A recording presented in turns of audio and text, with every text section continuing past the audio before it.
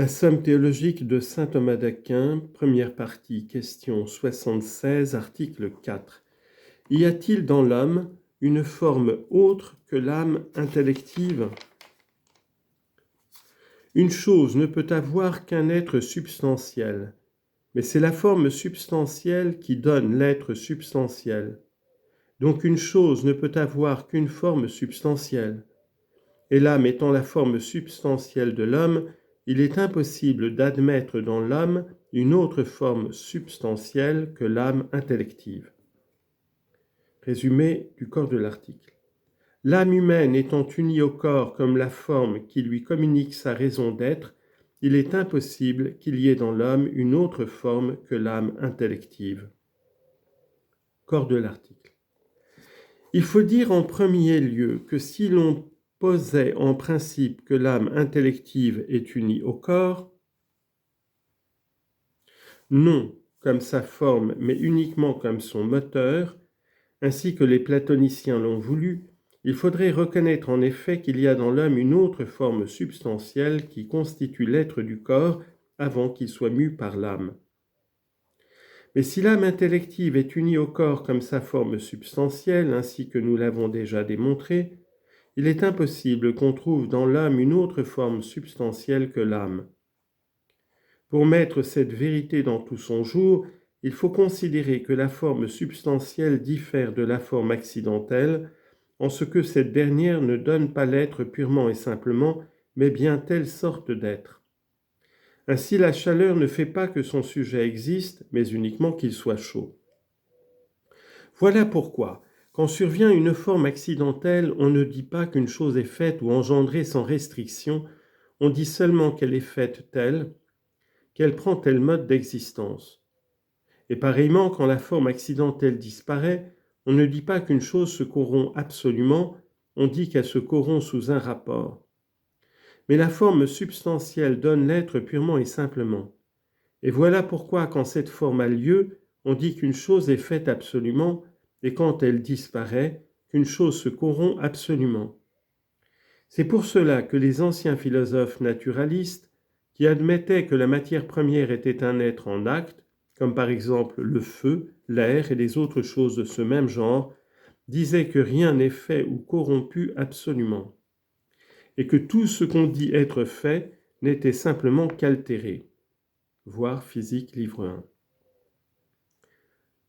Si donc il se trouvait qu'indépendamment de l'âme intellective, il préexista dans la matière une autre forme substantielle quelconque, par laquelle le sujet de l'âme fût un être en acte, il s'ensuivrait que l'âme ne donnerait pas l'être absolument, que dès lors l'âme ne serait pas une forme substantielle, et ultérieurement que la présence de l'âme ne constituerait pas une génération véritable, ni sa disparition une corruption absolue, mais seulement une corruption relative, ce qui est évidemment faux.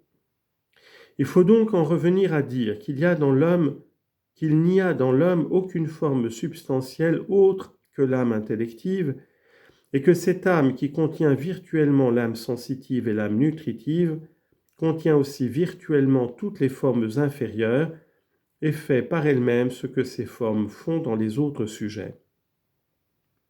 Cela doit se dire également de l'âme sensitive dans les animaux privés de raison, de l'âme nutritive dans les plantes et universellement des formes les plus parfaites par rapport aux formes inférieures. Première objection. Le philosophe dit dans son traité sur l'âme, livre 3, « L'âme est l'acte d'un corps naturel qui a la vie en puissance. » L'âme est donc par rapport au corps ce qu'est la forme par rapport à la matière. Mais le corps a une forme propre et substantielle par laquelle il est corps. Donc, antérieurement à l'âme, il y a dans le corps une certaine forme substantielle. Réponse. Aristote ne dit pas uniquement que l'âme soit l'acte du corps, mais bien l'acte d'un corps naturel organisé et qui a la vie en puissance. Puissance qui n'implique nullement la négation de l'âme.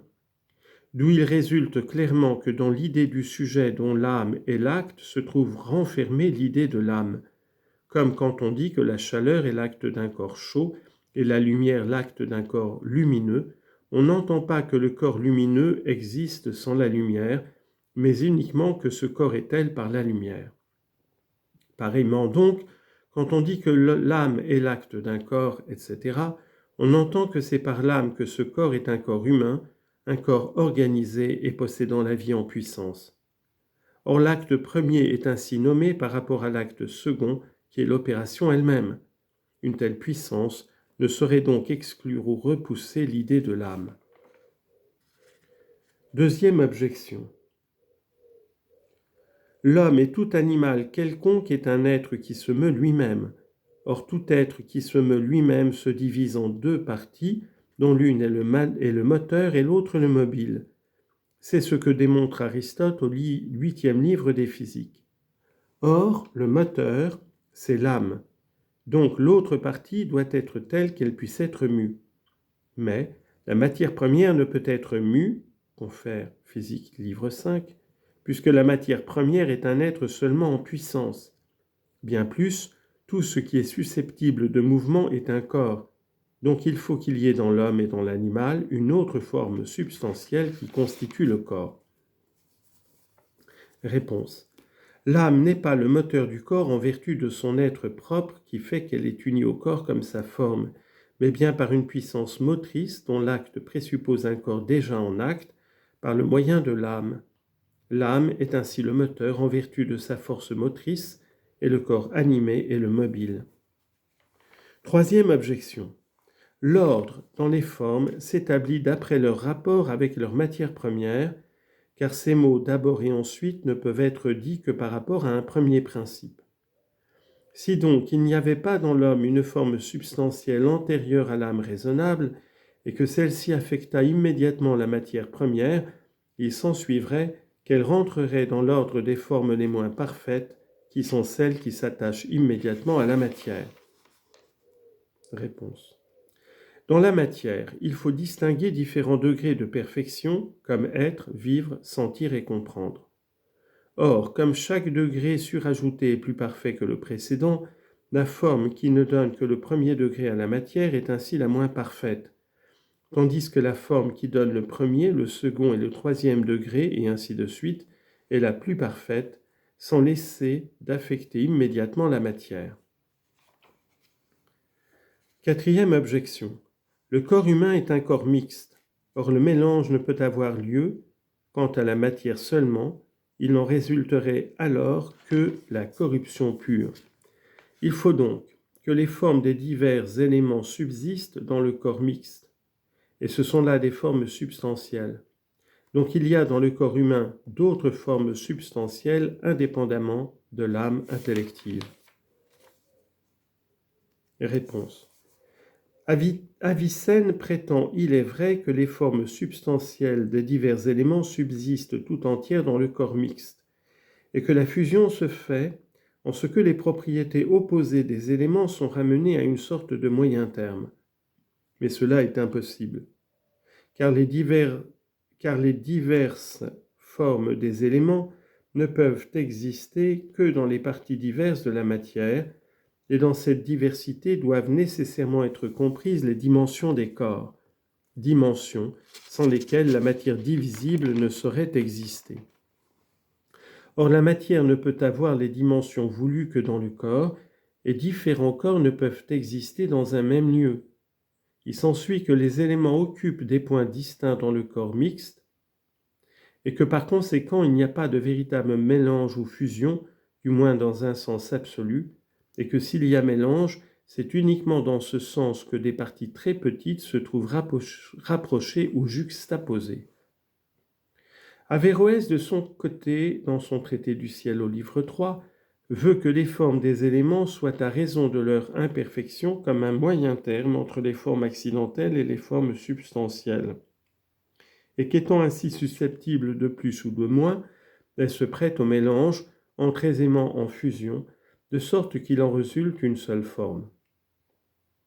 Mais cela est moins possible encore, car l'être substantiel de chaque chose est en lui-même indivisible, de sorte que toute addition ou soustraction en change l'espèce comme il arrive dans les nombres. Voir Métaphysique, livre 8. Il est donc impossible qu'une forme substantielle quelconque soit susceptible de plus ou du moins. Et ce qui est tout aussi impossible, c'est qu'il y ait un terme moyen entre la substance et l'accident.